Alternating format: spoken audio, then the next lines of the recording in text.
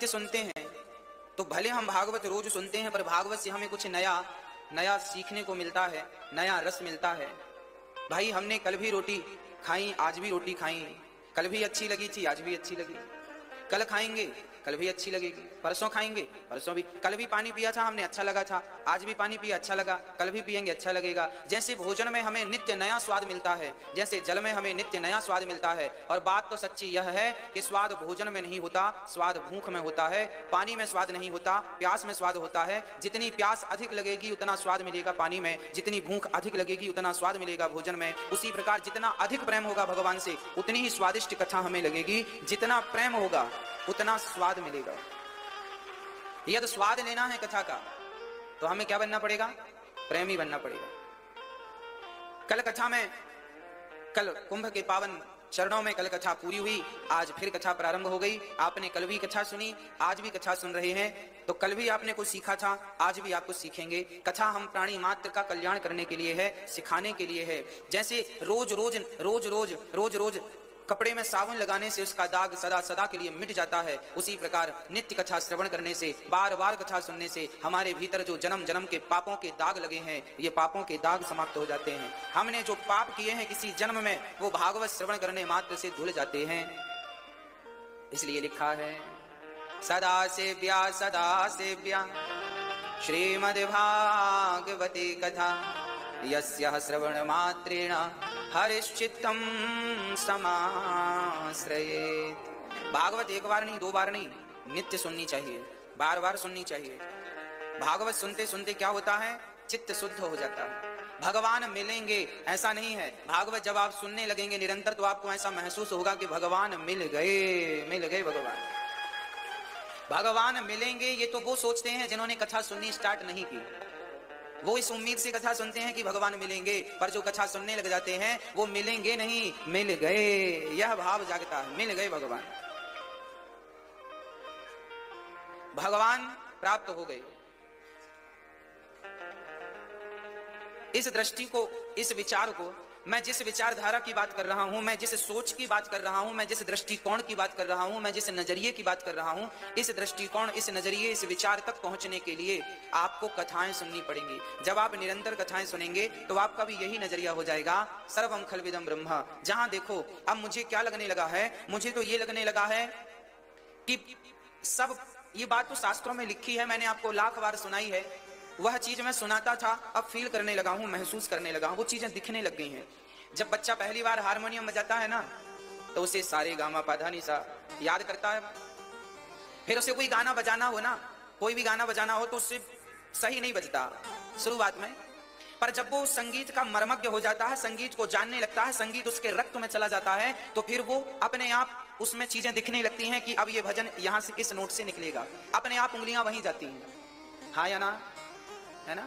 शुरू में नहीं लगता, शुरू में निकलता नहीं। हम सारे गामा पाधा नी सा बजाते तो हैं, सारे गामा पाधा नी सा, हम कोई गाना गाएं, अब जैसे हमको बजाना है गो, ये हारमोनियम में हमें बजाना है, तो शुरुआत में ना हमसे नहीं बजेगा, कहीं कहीं जाएगा सुर, पर जब हम संगीत सीखते रहेंगे तो अपने आप हमें दिखने लगेगा कि गो यहाँ से निकलेगा, विंद यहाँ से निकलेगा, मेरो यहाँ से निकलेगा, ये बटन से ये निकलेगा, ये अपने आप दिखता है। मेरी माँ, कहने का अर्थ ये है कि जब आप उसमें घुस जाते हैं तो अपने आप सब चीजें दिखने लगती हैं। अभी मैं कहता हूं कि भगवान कण कण में है, आप सुन लेते हैं, मैं सुना लेता हूं, परंतु जब आप उस भक्ति की गहराई में प्रवेश कर जाएंगे तो परमात्मा कण कण में है, फिर ये कहने की बात नहीं है, फिर दिखने लगेगी हर चीजें। हाँ है, सब दिखता है, सब दिखता है। जैसे डॉक्टर को दिखता है कि इस नस के बाद ये नस है, इस नस के बाद ये नस है, इसके बाद ये है, हमें तो नहीं दिखता कि किसके बाद क्या है, पर डॉक्टर को सब दिखता है, क्योंकि वो अंदर बाहर सब जानता है, पढ़ाई की है, देखा है, सब जानता है, कैसे शरीर काम करता है, कैसे हार्मोन्स काम करते हैं, डॉक्टर सब जानते हैं। बस धीरे धीरे नॉलेज होता है, धीरे धीरे। उसी प्रकार परमात्मा का पहले कथाएं सुनिए, पहले कीर्तन करिए, फिर धीरे धीरे अनुभूति होने लग जाएगी, अनुभव होने लग जाएगा, धीरे धीरे करत करत अभ्यास के धीरे धीरे स्टेप बाय स्टेप, सीढ़ी बाय सीढ़ी चलते चलिए, अनुभव होने लग जाएगा। आज मैं एक और राज की बात बता दूं मेरी माँ, ये संसार में जो दिख रहा है वो भी भगवान है, और जो देख रहा है वो भी भगवान है। दृष्टा भी भगवान और दृश्य भी भगवान, सब वही। ये तो कहने की बातें हैं कि मैं खा रहा हूं, मैं नहीं खा रहा हूं, मेरे द्वारा परमात्मा ही ग्रहण कर रहा है। मैं भोग रहा हूं, मैं नहीं भोग रहा हूं, मेरे द्वारा परमात्मा भोग रहा है। मैं हंस रहा हूं, मैं नहीं हंस रहा हूं, मेरे द्वारा परमात्मा हंस रहे हैं। मैं बोल रहा हूं, मैं नहीं बोल रहा हूं, मेरे द्वारा परमात्मा बोल रहे हैं। इस सृष्टि में यदि मैं कुछ कह रहा हूं, ये जो मैं कह रहा हूं इस समय में, ये भी परमात्मा ही कहलाने वाले हैं और कहने वाले हैं, वही सुनने वाले हैं, वही सुनाने वाले हैं। हम और आप, हमारा और आपका कोई अस्तित्व नहीं है। परमात्मा हमें नचा रहे हैं और हम नाच रहे हैं। सब ईश्वरवम खलविदम ब्रह्मा सर्वम विष्णुमयम जगत, सारा कुछ भगवानमय है, सी राममय सब जग जानी। सब ईश्वरमय है, कुछ नहीं, उसके अतिरिक्त कुछ भी नहीं। क्या बताएं हम आपको। व्यास जी महाराज ने दिव्य ग्रंथ लिखा है, 18,000 श्लोक, 335 अध्याय। इस सुंदर से ग्रंथ में सुंदर सी माला पिरोकर ठाकुर जी के चरणों में पहनाई है। भागवत जी 6 अध्यायों का महात्म्य पहले व्यास जी महाराज ने पद्म पुराण में लिखा। भागवत जी की महिमा क्या है, आओ जरा सुनते हैं भागवत जी की महिमा क्या है। भगवान ही सत्य है, कोई हम थोड़ी सत्य हैं। भाई घड़ा और माटी, घड़ा और मिट्टी, इन दोनों में सत्य क्या है और असत्य क्या है, आपसे पूछ रहा हूं, बताइए। मिट्टी क्या है, घड़ा क्या है? घड़ा असत्य है, जबकि मिट्टी, हाँ, क्योंकि घड़ा में मिट्टी है। आकार को घड़ा कहा जाता है ना, वो है तो मिट्टी। जैसे तुम घड़ा कह रहे हो, एक्चुअली वो मिट्टी है। तो सत्य मिट्टी है, घड़ा नहीं। उसी प्रकार ये संसार एक घड़े की तरह है और परमात्मा उस मिट्टी की तरह है। एक्चुअली संसार जैसा, घड़ा जैसा कुछ नहीं होता। मिट्टी की एक आकृति को लोग घड़ा नाम देते हैं अपने से, है ना। उसी प्रकार संसार जैसा कुछ नहीं होता। परमात्मा के ही इस रूप को हम संसार कहते हैं। भगवान का एक नाम है विश्व रूप, भगवान का एक नाम है विश्व, विश्व रूप है। तो ये जो विश्व है, हम लोग कहते हैं ना पूरे विश्व में, ये विश्व क्या है? विश्व एक्चुअली परमात्मा का नाम विश्व है। तो विश्व कौन बना? घड़ा कौन बना? घड़ा कौन बना? मिट्टी बनी। उसी प्रकार विश्व कौन बना? परमात्मा। तो हम जिसे संसार कह रहे हैं, जिसे हम विश्व कह रहे हैं, एक्चुअली वो विश्व जैसा कुछ नहीं है। वो तो परमात्मा ही विश्व के जैसा प्रतीत हो रहा है। मिट्टी ही घड़े के जैसे प्रतीत हो रही है, घड़ा जैसा कुछ नहीं। घड़ा असत्य है, मिट्टी सत्य है, संसार असत्य है, परमात्मा सत्य है। हाँ, मेरी माँ बात समझ में आ रही है? इसलिए हम और आप मिथ्या हैं। हमारे और आपके भीतर जो देखने की शक्ति है, सुनने की, बोलने की, ये शक्ति परमात्मा है, वो सत्य है। ईश्वर सत्य है, हम मिथ्या। हमारे भीतर भी ईश्वर है, काम कर रहा है, वही सत्य है, बाकी सब मिथ्या। अर्थ क्या हुआ? अर्थ यह हुआ कि तुझ में राम, मुझ में राम, खड़ग खंभ में राम, जहां देखो सहरी व्यापक सर्वत्र समाना, प्रेम ते प्रगट हो ही मैं जाना। जैसे दही के कणकण में मक्खन तो है, पर जब तक मंथन ना हो प्रकट नहीं होता। उसी प्रकार कणकण में परमात्मा तो है, जब तक भक्ति ना हो तब तक प्रकट नहीं होता। क्या करें हम? कोई विरला व्यक्ति ऐसा है जो उस कण-कण में छिपे हुए परमात्मा को पहचान पाता है। कोई 135 करोड़ में कोई होगा, कोई जो उस कण-कण में बैठे परमात्मा को देख लेगा। अच्छा तुम यहाँ छिपे हो, पर हम तुम्हें सब जगह ढूंढ रहे थे। अच्छा तुम यहाँ, अब पता चला तुम यहाँ हो। हम जिसे सब जगह ढूंढते हैं वो सब जगह छिपा बैठा, हम देखते नहीं। लुका छिपी का खेल खेला है बचपन में आप लोगों ने? हम ढूंढा करते थे, हमारे मित्र छिप जाया करते थे। पहला ये, दूसरा ये, तीसरा ये, निकलो बाहर, है ना। हम छिप जाते थे, अब मित्र ढूंढता था। हम बाजू में छिपे हैं, कंबल ओढ़े, उसे लग रहा कपड़े रखे हैं, वो देख के चला जाता है, कोई नहीं, हम वहीं छिपे, हम उसको देख रहे हैं छिप करके, पर वो हमें नहीं देख रहा। बस यही लुका छिपी परमात्मा तुम्हारे और हमारे संग खेल रहे हैं। वो भी आसपास छिपा है, वो हमें तो बराबर देख रहा है, पर तुम और हम ढूंढ ही नहीं पा रहे हैं वो कहाँ छिपा बैठा है। वो कहाँ छिपा है? बोले सबके भीतर बैठा है, सबके बाहर है, सब जगह सर्वत्र है। देख लो, यदि ज्ञान है तो देख लो। ईश्वर सत्य है, ब्रह्म सत्यम सच्चिदानंद रूपाय सच्चित। वह परमात्मा सिर्फ सत्य नहीं है, सिर्फ सत्य नहीं है, चित स्वरूप है, वह दिव्य प्रकाश स्वरूप है। आज शरीर, आज हम सबके भीतर जो भी प्रकाश है, देखने का प्रकाश, सुनने का प्रकाश, हम सब प्रकाशित हैं। तो ये जो प्रकाश है, जो एनर्जी है, जो आत्मा है, वो कौन है? वह परमात्मा है। परमात्मा ही प्रकाश बन करके विद्यमान है। सच्चिदानंद रूपाय, भगवान का तीसरा रूप है आनंद। तीसरे रूप में भगवान कैसे बैठे हैं? आनंद स्वरूप। हम सभी के जीवन में जो आनंद है, जो आनंद की अनुभूति है, अच्छा जो आनंद की अनुभूति है वह अनुभूति ही परमानंद है, वही आनंद ईश्वर है। ईश्वर एक अनुभूति है, आया गया। गुलाब जामुन खाने में आनंद आता है, रसगुल्ले खाने में आनंद आता है, हाँ। बड़ी भूख लगी हो तो रोटी खाने में भी आनंद आता है, हाँ। प्यास लगी हो तो पानी पीने में भी आनंद आता है। आनंद। माँ अपने बेटे से मिलती है तो आनंदित तो हो जाती है, प्रिया अपने प्रियतम से मिलती है तो आनंदित तो हो जाती है। हर जगह आनंद है, हर जगह क्या है? आनंद है। आज तो आनंद आ गया, हम सब कहते हैं आज आनंद आ गया। ये जो आनंद की अनुभूति हम करते हैं, कभी कभी बेटे से मिलकर, पत्नी से मिलकर, पुत्र से मिलकर, परिवार से मिलकर, शादी कर दी बेटी की तो आनंद की अनुभूति हो गई, हमें कुछ उपलब्धियां मिल गई तो आनंद की अनुभूति हो गई, हमें कुछ पैसा मिल गया तो आनंद की अनुभूति हो गई, हमने कुछ पा लिया, प्रतिष्ठा पा ली, आनंद की अनुभूति हो गई। ये जो अनुभूतियां हैं, एक्चुअली यह अनुभूति ही ईश्वर की अनुभूति है। अब मैं आपको उस आनंद की और इस आनंद की अनुभूति में थोड़ा सा अंतर समझाऊं। हमारे जीवन में आनंद तो है, पर फर्क इतना है कि हमारे जीवन में आनंद क्षण मात्र का आया और गया, है ना। 7 दिन कथा सुनी, बड़ा अच्छा लगा, पर 7 दिन कब बीत गए? आए वो 7 दिन और चले गए 7 दिन। 7 दिन बड़ा आनंद आया, अब जाना पड़ रहा है, अब जाएंगे। तो आनंद, हमने संसार में जो भी आनंद पाया है वो क्षण मात्र का। रसगुल्ले में आनंद तब तक है जब तक पेट नहीं भर जाता, पेट भरा तो रसगुल्ले में आनंद नहीं है। भोजन का आनंद तब तक है जब तक भूख हो, पानी का आनंद तब तक है जब तक प्यास हो। स्त्री और पुरुष में भी आनंद क्षण मात्र का है। पुत्र के मिलन में मां अपने बेटे को गले से कब तक लगाएगी? 1 मिनट तक चिपकाएगी, 2 मिनट तक चिपकाएगी, 5 मिनट तक चिपकाएगी, 5 मिनट बाद बोल देगी जा खेल। थोड़ी छाती से लगाई रहेगी, जा खेल। अरे मां अपने बेटे को गोद में लेगी, कितनी देर लेगी? उसे आनंद आता है पुत्र को गोद में लेने में, पर कितनी देर लेगी? मां अपने बच्चे के गालों को कब तक चूमेगी? 2 बार चूमेगी, 5 बार चूमेगी, 50 बार चूमेगी, फिर तो उतार के रख ही देगी। संसार का हर सुख जो है क्षणिक है, चाहे मां पुत्र का हो, चाहे पति पत्नी का हो, चाहे खाने का हो, चाहे सोने का हो। हम खूब सोए, खूब आनंद आएगा, पर वो भी क्षणिक है। नींद खुली, फिर नींद नहीं लगती, अब जागते रहो, करवट बदलते रहो। ये जो आनंद है क्षणिक आनंद है। इसे बड़ा करना हो तो क्या करना पड़ेगा? बोले आप भगवान की शरण में जाएंगे तो ये जो छोटे छोटे टुकड़ों में आनंद हमें मिल रहे हैं। अच्छा, एक किसान है, उस किसान की 1 बीघा जमीन यहाँ है और 1 बीघा जमीन 4 किलोमीटर दूर है, फिर आधा बीघा 2 किलोमीटर दूर है, फिर 2 बीघा आधा किलोमीटर दूर है। उसकी 50 बीघा जमीन है, पर वो टुकड़े टुकड़े में है। तो बताओ उसका कोई अर्थ निकल रहा है? कोई आनंद है उसका? और वो 50 बीघा एक साथ होती तो मजे थे, हाँ या ना? बोलो हाँ कि ना?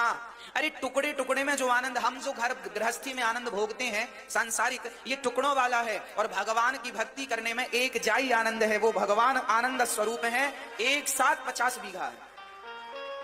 जब यहां से पुण्य करके तुम जाओगे भगवान के धाम, गौलोक धाम, तो भगवान वहां आनंद की अनुभूति कराएंगे, वहां आनंद है। ये संसार सागर है, इस संसार में आनंद टुकड़ों में है।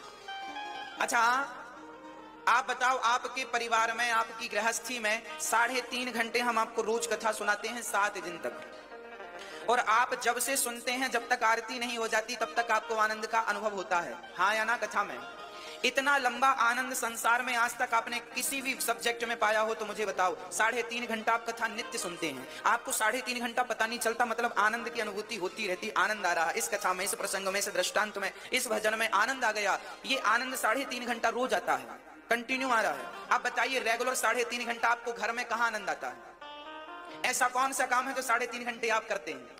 क्या 3.5 घंटा खाएंगे? खाने का आनंद कितना है? हाँ? खाने का आनंद ज्यादा से ज्यादा 7 मिनट का है। हाँ? पहला निवाला ज्यादा आनंद दिया था, दूसरा और कम, तीसरा और कम, चौथा और कम। जितना खाते जाओगे आनंद कम होता जाएगा, हाँ या ना? 3.5 घंटा बताओ कहां आनंद है? कहीं नहीं, ना तो पत्नी में, ना पुत्र में, ना परिवार में, ना कहीं। मेरी माँ 3.5 घंटा आनंद केवल इस संसार सागर में कथा में आनंद है। देखिए जिनकी कथा में रेगुलर 3.5 घंटा का आनंद है, जब हम पुण्य करके भगवान के दर पे जाएंगे, द्वार पर जाएंगे, तो वहां वह आनंद, जिस आनंद को हमने यहाँ टुकड़ों में पाया है, वही आनंद से करोड़ों गुना आनंद परमात्मा गोलोक धाम में, साकेत में, बैकुंठ में हमें वो नित्य आनंद प्राप्त होता है। उस आनंद तक पहुंचने के लिए इसको करना पड़ता है, कथा कीर्तन। भगवान को क्यों पाया जाता है? भगवान को पाने के पीछे भी एक स्वार्थ है, हे नाथ हम संसार में आना जाना नहीं चाहते, हमें नित्य अपने धाम में रखो, क्योंकि वहां यहाँ से ज्यादा आनंद है, वहां यहाँ से ज्यादा सुख है, वहां यहाँ से ज्यादा अच्छा है, इसलिए हमें वहां रखो, अपने साथ रखो, अपनी नित्य लीलाओं में रखो। यहाँ तो हम आपको भूल जाते हैं, वहां तो आपका दिन रात चिंतन होगा नाथ, इसलिए हमें अपने धाम में रखो, अपने चरणों में रखो। तो आप यदि आप इस आनंद से संतुष्ट हैं तो फिर ये आनंद तो मिला ही है। पर ज्ञानी जन यदि आप इस आनंद में उलझे रहे ना तो बड़ा घाटा हो जाएगा आपका। टुकड़ों टुकड़ों में कितने बीघा जमीन बनाओगे? एक जाई बनाओ, एक जाई तो भगवान को पाकर ही संभव है। इसलिए एक दिव्य आनंद भागवत क्या करती है? सच्चिदानंद रूपाय, परमात्मा सत्य चित आनंद का स्वरूप है। परमात्मा सत्य है, चित है, आनंद स्वरूप है। अच्छा भगवान करते क्या है? विश्वोत्पत्त्यादिहे तवे, विश्व की उत्पत्ति, पालन और संहार करते हैं भगवान। विश्व की उत्पत्ति हमें बनाते हैं, पालन करते हैं, अंत में संहार कर देते हैं। भगवान का काम है दुनिया को बनाना, भगवान का काम है दुनिया को चलाना, और भगवान का काम है दुनिया का संहार कर देना। हाँ अच्छा, भगवान की शरण में जाएंगे तो करेंगे क्या हम? बोले भगवान सारे दुखों से मुक्त कर देते हैं। कोई तन से दुखी है, कोई मन से दुखी है, कोई धन से दुखी है। अच्छा दुखिया संसार है, क्यों दुखिया इस संसार में, सुखिया मिला न कोई। सारे दुखिया, महाराज जी हम बड़े दुखी हैं, महाराज जी हम बड़े दुखी हैं, हम बड़े दुखी हैं, दुखी हैं, दुखी हैं, दुखी हैं, सब दुखी। अरे कभी तो कहा करो कि हम सुखी हैं, मत कहा करो हम दुखी हैं। अच्छा आप कहते हैं महाराज जी हम बड़े दुखी हैं, ये बताओ आपका दुख क्या है? क्या दुख है आपको? बोलो। एक्चुअली दुख किसी को नहीं होता मेरी माँ, आप लोग ना सुख की उम्मीद ज्यादा कर लेते हैं, इसलिए आपको दुख लगता है, होता नहीं है। एक उदाहरण से मैं अपनी बात आप तक पहुंचाता हूं। 2 पंडित जी थे, सुनिएगा। 2 पंडित जी थे, दोनों पंडित जी को एक सेठ जी ने भोजन पे बुलाया। हमारे घर पंडित जी भोजन करने आना, निमंत्रण है। पंडित जी गए। अच्छा एक पंडित जी सोच रहे थे कि सेठ जी हमें दक्षिणा में 100 रुपए देंगे, और एक सोचा था कि हमें तो 10 रुपए की जरूरत है, 10 रुपए मिल जाएंगे तो काम हो जाएगा। एक ने उम्मीद की थी कितने की? 100 की, और एक ने उम्मीद की थी 10 रुपए की। अब सेठ जी ने भोजन कराया और पंडित जी को 51 रुपए दिया। तो जो 100 रुपए की उम्मीद लगाए थे वो तो दुखी हो गए, ओ भगवान 100 का था 50 मिले, और जो 10 की उम्मीद लगाया था उसको तो 40 ज्यादा मिले, बढ़िया नाचने लगा, वाह हमारा तो काम हो गया। अब देखो एक दुखी हो गया और एक, कहां से आया दुख और कहां से आया सुख? मुझे आप बताओ, समझाओ। आपने उम्मीद ज्यादा की, आपकी अधिक अपेक्षाएं, आपकी अधिक इच्छाएं आपको दुखी करती हैं। इसलिए हमें ज्यादा अपेक्षाएं नहीं रखना चाहिए। भगवान दाल रोटी दे रहे हैं ना, पहनने को कपड़े दे रहे हैं ना, बस खाने को रोटी है, पहनने को कपड़े हैं, रहने को एक छोटा सा मकान है, और क्या चाहिए? बहुत हो गुजर रही है जिंदगी, और रहना कितने दिन है साहब? 50, 60, 70, 80 साल की तो कहानी है, कहां ज्यादा रहना है? यूं निकल जाते हैं। 7 दिन कब निकल जाते हैं हमें पता नहीं चलता, 3 घंटे कब गुजर जाते हैं हमें पता नहीं चलता, ये जिंदगी कब गुजर जाएगी पता नहीं चलेगा। बस मन कथा में लगाओ, और ज्यादा उम्मीद रखोगे तो सदा दुखी रहोगे, और जितना विधाता दे रहे हैं उतने में संतोष रखोगे तो सदा सुखी रहोगे, सदा सुखी रहोगे। हमने एक छोटा सा व्यापार डाला, फॉर एग्जाम्पल दे रहा हूं, माना कि हमने एक छोटा सा व्यापार डाला। अब हमने उम्मीद लगाई कि भाई हमने 5 लाख रुपए से व्यापार शुरू किया है, तो हमें महीने का 1 लाख रुपए मिले। हाँ भाई मिलेगा, पर सब्र रखो, अभी नहीं मिलेगा, अभी तुम्हें 10,000 मिलेगा प्रॉफिट सब निकाल कर, तो रख लो, संतोष रखो। 20 मिल रहा है, संतोष रखो। 50,000 रुपए बच रहे हैं, संतोष रखो। लाख रुपए बचेंगे, उम्मीद ना तोड़ना, भगवान पे मेहनत करना मन लगा के, बस सफलता मिलेगी। हम लोग क्या है, ज्यादा अपेक्षा रखते हैं। 5 लाख लगाए तो हमें लगता है 5 लाख महीने पे आना चाहिए। कैसे आएगा, पागल हो क्या? 5 लाख महीने की अपेक्षा रखोगे तो दुखी हो जाओगे। मेहनत बराबर करो, आएगा। 5 लाख भी आएगा, 10 लाख भी आएगा और 50 लाख भी आएगा, पर उस स्तर तक पहुंचने के लिए थोड़ा वक्त तो लगेगा, समय तो लगेगा। सब्र रखो, भगवान पर विश्वास रखो और मेहनत मन लगा के करो। मुझे विश्वास है आप संतोष रहना सीख लीजिए। जिस फील्ड में है, जहां है वहां रहिए, पर संतोषमय जीवन हो। जितना विधाता दे रहे हैं ये समझिए कि कृपा है विधाता की, बस दाल रोटी चल रही है। एक दिन विधाता ऐसा करना कि कोई दिन ऐसा ना है कि घर पे चूल्हा ना जले, सदा आपकी आरती होती रहे, आपका पूजन होता रहे, आपका भोग बनता रहे, बस आपका भोग रोज बनता रहे, प्रसाद रोज बनता रहे, आप खाओ और आपका दास खाए, आपका परिवार खाए। बस कोई साधु आ जाए, 2-4 लोग आ जाएं तो वो भी भूखे हमारे घर से ना जाएं। विधाता इतनी लाज रखना बस। बाकी तो देखो, पैसों की तो कितना भी मिल जाए, हमारा एक कमरा भर जाए पैसों से और सोना चांदी से, तो भी यहाँ संतोष नहीं होता, तो भी इच्छाएं पूरी नहीं होती। रावण की हो गई थी क्या, जिसकी लंका सोने की थी? जब उस महान पुरुष की उसकी नहीं हो पाई तो हमारी क्या होगी? हमारे घर तो मिट्टी के, उसका तो सोने का था। इसलिए भैया संतोष सबसे बड़ा धन है। बड़े बुजुर्ग संत कह गए हैं, दोहा गाए आप याद। पर आपको अपेक्षा है कि मेरी बहू बिल्कुल सीता हो। अरे बहू सीता हो जाएगी, पहले तुम तो कौशल्या बनो।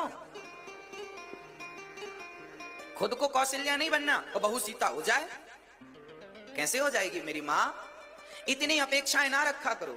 आपकी इतनी अपेक्षाएं, इतनी उम्मीदें, ये आपको दुखी बनाती है। अरे आपकी बहू जैसी है बढ़िया, औरों की बहुओं से आपकी बहू बढ़िया है।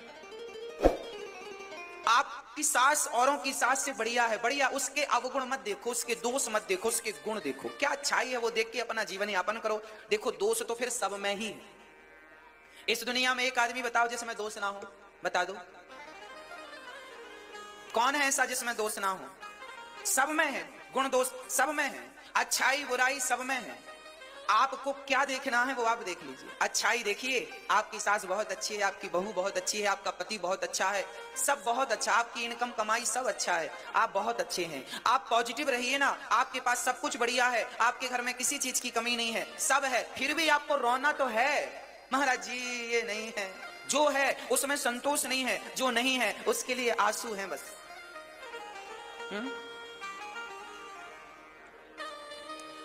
एक आदमी का एक पांव टूट गया, रोने लगा, हे भगवान एक पांव टूट गया, हे भगवान हमें लंगड़ा कर दिया। मैंने बुलाया यहाँ आओ। मैंने कहा जब दोनों पांव थे तब तुमने भगवान का धन्यवाद दिया? हे भगवान बहुत धन्यवाद, आपने पांव दिए, हम दौड़ते हैं, और अब टूट गया तो शिकायत करने आ गए? हाँ, अरे जब दोनों थे तब क्या धन्यवाद दिया? नहीं दिया। जब परमात्मा ने सब दिया था तब तो धन्यवाद नहीं दिया, अब कुछ कमी रह गई तो तुम शिकायत करने चले गए। इसलिए जो है वो बहुत ठीक है। यदि एक पांव नहीं है तो भी विधाता का धन्यवाद दो कि कम से कम एक तो है, एक तो है। हम यदि 1000 रुपए की साड़ी नहीं पहन पाते, 200 रुपए की साड़ी पहनते हैं तो भी भगवान को धन्यवाद दो। प्रभु हम 200 की साड़ी पहनते हैं, इसका धन्यवाद। समाज में वो लोग भी हैं जो 200 की क्या आप अपनी उतार के देते हैं तो लोग पहन लेते हैं, उनसे तो अच्छे हैं कि आप खरीद के 200 की पहनते हैं। अरे समाज को आपने देखा नहीं है, लोग एक एक रोटी को तड़प रहे हैं और आपको जितना दिया उसके बाद भी शिकायत है, फिर भी रोना है। कब मिटेगी शिकायतें? कब बनोगे अमीर? परमात्मा ने सबको अमीर बनाया है, तुम जबरदस्ती रो रहे हो तो कोई क्या करे? कुछ कमी नहीं है किसी के घर में, फिर भी रोना है तो रो, क्या करे? इसका क्या इलाज है? ना भगवान की तरफ इसका इलाज है, ना मेरे पास इसका कोई इलाज है। इसलिए जितना विधाता ने दिया है उसमें संतोष रखा करो। बहुत दिया है, बहुत है, कमी नहीं है, बहुत है भाई, बहुत है। देखा करो अपने से नीचे वालों को। आइए जरा भगवान का हम धन्यवाद देते हैं, सदा धन्यवाद दीजिए। आंखें दी हैं इसका, कान दिया है इसका, भगवान का नाम जपो। जो दे दें बढ़िया है, ना दें बढ़िया है। हाँ, भगवान का धन्यवाद करते हैं। आज जो है वो मेरी मेहनत का नहीं है, हमसे ज्यादा तो मेहनत मजदूर लोग करते हैं। परंतु वो ना बढ़िया सा पहन पाते हैं, ना बढ़िया सा खा पाते हैं। आप बढ़िया पहनते हो, बढ़िया खाते हो, क्यों? मेहनत तो वो ज्यादा करते हैं आपसे। मेरी मां, जिस पर कृपा विधाता की हो वो आज सुखी है। आप जहां हो, आप मजदूर हो तो भी आप प्रसन्न रहना, ईश्वर का धन्यवाद देना कि विधाता शायद मैं इस योग्य भी नहीं था जो योग्यता आपने दी। हर प्रकार से संतुष्ट रहो, हर प्रकार से खुश रहो, औरों से बेहतर हो आप। भगवान सारे दुखों को दूर करते हैं। तापत्रय विनाशाय, जो भगवान की शरण में चला जाता है, भगवान की शरण में जो गया, भगवान उसका सारा दुख दूर कर देते हैं, सारा दुख समाप्त कर दिया। ऐसे भगवान को जो हमारे सारे दुखों को दूर करते हैं, ऐसे भगवान को, राधा सहित श्री कृष्ण को हम प्रणाम करते हैं। सुखदेव भगवान का प्राकट्य हुआ, सुखदेव जी जन्म लेते ही भगवान का चिंतन करने, भजन करने चल पड़े। ऐसे सुखदेव भगवान सर्वभूत हृदय मुनि मानतोस्मि, ऐसे सुखदेव भगवान को प्रणाम करते हैं। आइए चलते हैं नैमिषारण्य, जहां 88,000 संत बैठे हैं और सारे संत केवल भगवत चर्चा करने के लिए बैठे हैं, भगवान की कथा सुनने और सुनाने के लिए। वहीं सूत जी का प्राकट्य हुआ। सूत जी आए, सभी संतों ने खड़े होकर अभिवादन किया और प्रश्न किया कि गुरुदेव हमें कथा सुनाइए, ऐसी कथा सुनाइए जिससे भक्ति ज्ञान विराग आपतो विवेको वर्धते महान, माया मोह निरासश्च, माया मोह से हम निवृत्त हो जाएं। मैया, कथा हमें माया मोह से छुड़ाती है। कई लोगों ने हमसे बताया, बोले महाराज जी हम पहले जितना संसार में उलझे पड़े थे, कथा सुनने के बाद हम बहुत ज्यादा सुखी हो गए हैं, वो उलझने समाप्त हो गई हैं। पहले हम अपने आप को कर्ता समझते थे, अब भगवान को कर्ता समझने लग गए हैं, तो आधी टेंशन तो वो खत्म हो गई। आज ही एक बहन ने हमसे कहा, गुरुजी जब से कथा सुनी है तब से हम सास बहू दोनों माँ बेटी की तरह रहने लग गए हैं, हमारे घर का क्लेश कलह समाप्त हो गई है। कथा आज भी प्रत्यक्ष उदाहरण, आप इसके उदाहरण आप सब हैं। आप जितने लोग यहाँ बैठे हैं या जितने लोग घर में टीवी के माध्यम से सुन रहे हैं, आपके जीवन में भी कुछ ना कुछ बदलाव जरूर हुआ होगा, कथा के बाद परिवर्तन जरूर हुआ होगा। ये परिवर्तन करने वाली कथा है, बदलने वाली कथा, और बदलने के लिए मजबूर करती है ये कथा। ये भागवत ऐसी है, सबको मजबूर कर देती है। प्रिय भक्तों, माया मोह से छुड़ाने वाली और भक्ति ज्ञान वैराग्य को बढ़ाने वाली ये कथा है। भक्ति ज्ञान विराग आपको विवेको वर्धते, विवेक भी बढ़ता है, भक्ति भी बढ़ती है। अरे भक्ति तो आपके हृदय में नाचती है। जो कथा प्रेमी होते हैं ना, आपके हृदय में तो भक्ति नाचती है। भक्ति आपके ही मन में, आपके ही भीतर है। इसलिए आप ऐसी कथा सुनाइए सूत जी जिससे कृष्ण की प्राप्ति हो जाए। भागवत कृष्ण की प्राप्ति कराएगी ऐसा वचन नहीं है। भागवत सुनने वाले को कृष्ण की प्राप्ति होगी, हो गई, बस हो गई। कृष्ण मिलेंगे, मिलेंगे नहीं, मिल गए। हाँ, भागवत मिलाती है। आपको बिहारी जी का दर्शन हुआ कि नहीं? हाँ जी, आज हुआ। हाँ, तो देखो कथा सुनने आए और कथा सुनी, तो कथा का फल क्या है? बोले कथा भगवान का दर्शन कराती है, सो आपको दर्शन हो गए भगवान के। यही तो कथा का फल है, यही फल है, भगवान की प्राप्ति कराती है। प्रिय भक्तों, एक बार यह भागवत की कथा देवराज इंद्र ने सुनने का मन बनाया। शुकताल में राजा परीक्षित को सुखदेव भगवान कथा सुना रहे थे। उसी क्षण देवराज इंद्र अमृत का कलश लेकर आए और कहने लगे कि हमें ये भागवतामृत सुनाओ, कथा हमें सुनाओ और कथा के बदले ये अमृत राजा परीक्षित को पिलाओ। सुखदेव जी ने विचार करके कहा, क्वा स्वधा क्व कथा लोके क्व कांचा क्व मणिर्महा। कहां कांच का टुकड़ा और कहां मणि। अरे कांच के टुकड़े से मणि का क्या हिसाब है? आपके स्वर्ग का अमृत कांच के टुकड़े की तरह है और कथामृत तो मणि की तरह है। स्वर्ग का अमृत पीने से सिर्फ अमरता मिलती होगी, पर कथामृत का कोई पान कर ले तो उसे भगवान मिल जाते हैं, जो कि अमरता से भी कई गुना श्रेष्ठ है। स्वर्ग का अमृत कोई पिए तो स्वर्ग मिले, पर कथामृत कोई पी ले तो स्वर्ग नहीं, सीधे साकेत गौलोक प्राप्त होता है। ये ठाकुर जी की कथा गौलोक प्रदान करने वाली है ना भक्तों।